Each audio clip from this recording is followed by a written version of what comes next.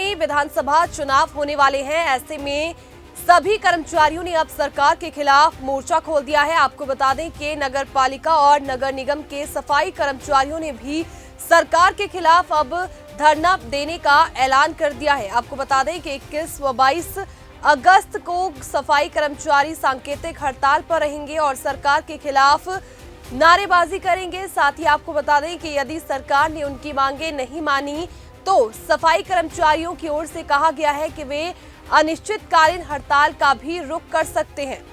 वहीं जानकारी देते हुए नगर पालिका कर्मचारी के जिला प्रधान संजय बिरला ने कहा कि 21 व 22 अगस्त के बाद सरकार के खिलाफ अनिश्चितकालीन हड़ताल भी सफाई कर्मचारी कर सकते हैं, क्योंकि सरकार ने नौकरी की गारंटी ली है लेकिन कर्मचारियों को पक्का नहीं किया।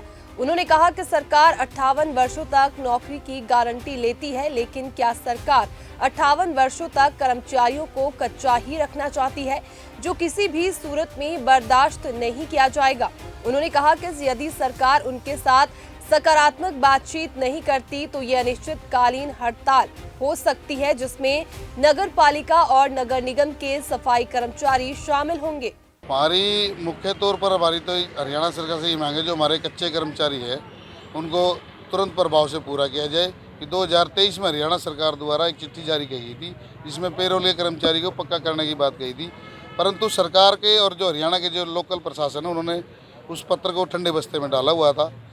और हम ये मांग करते हैं कि सरकार से उस लेटर को तुरंत प्रभाव से लागू करवाया जाए ताकि हमारे कर्मचारियों को पक्के होने का लाभ मिल सके। लेकिन सरकार ने तो बयान जारी कर दिया है कि जो कौशल निगम के तहत जो 5 साल से ऊपर के होंगे उनको नियमित किया जाएगा। बिल्कुल, सरकार ने ये ऐलान किया है कि जो कौशल रोजगार में हैं उनको पक्का किया जाएगा।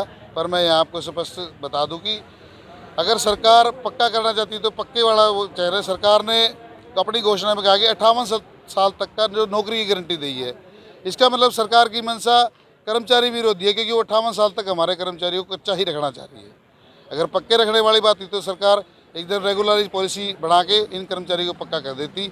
इसी के विरोध स्वरूप हमारा यही मानना है और सरकार से मांग है कि कर्मचारी को पक्का किया जाए, ना कि 58 साल की गारंटी दी है। दिक्कतें कहाँ, कई दौर की वार्तालाप हो चुकी है, उसके बावजूद बिल्कुल, पीछे 4 तारीख को भी हमारे नगर निकाय के जो मंत्री है सुभाष सुधा जी, उनकी नगर पालिका कर्मचारी संघ हरियाणा के जो राज्य पदाधिकारी है उनसे कई बातों पर सहमति हुई थी, जिस प्रकार हमारे पेरोल के कर्मचारी उनको पक्का किया जाएगा।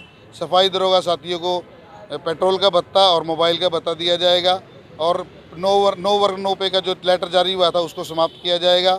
311 का जो पत्र सरकार ने जो निगरानी कमेटी बनाई थी उसका भी पत्र रद्द करने के लिए आश्वासन दिया था। हमारे मंत्री जी ने बैठक में यही ऐलान किया था कि 10 तारीख से पहले मैं सभी पत्र जारी करवा दूंगा, परंतु कल 11 तारीख तक कोई पत्र जारी नहीं हुआ था। इसके विरोध स्वरूप कल एक राज्य स्तरीय कन्वेंशन बुलाई गई थी जिसकी अध्यक्षता श्री नरेश शास्त्री जी द्वारा की गई थी और उन्होंने इन सब बातों को पूरे हरियाणा के जो हमारे इकाई के पदाधिकारी है उनके समक्ष रखा था। सभी ने मिलकर इस आंदोलन को जारी रखने का ऐलान किया है और सरकार से यही मांग की है कि तुरंत प्रभाव से सभी मांगों को लागू कर दे, नहीं तो 21 और 22 जो अगस्त है उसकी हम 2 दिन की पूर्णतः काम छोड़ो हड़ताल करेंगे। अगर इस दौरान भी सरकार ने हमारी बात तो नहीं मानी है या हमारे कोई पत्र जारी नहीं किया तो ये हड़ताल को अनिश्चितकालीन के लिए घोषणा कर दी जाएगी। कौन कौन से कर्मचारी?